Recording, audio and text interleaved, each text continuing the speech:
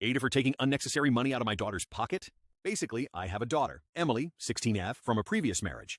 My wife, Sasha, has a son the same age, Mark, 16M. Mark doesn't stay with us that often. He prefers to stay with his bio dad. That being said, when he is here, I find Mark to be a pretty good kid, polite and respectful. His dad decided to take a trip for work in the last few weeks of school, so Mark's here for a bit. He's out of the house most of the time and doesn't take up much space.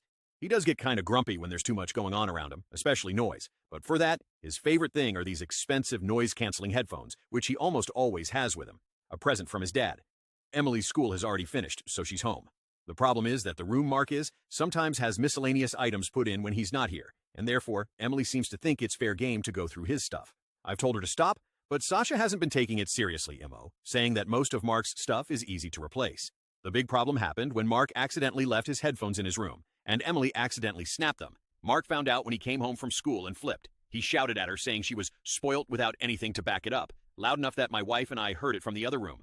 Sasha wanted me to calm things down, which I did. But I also told Emily she's replacing them.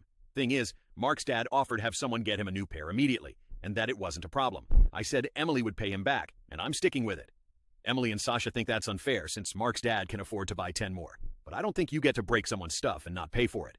Those aren't the values I was raised with or what I want for my daughter.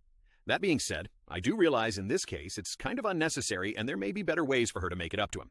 Eita?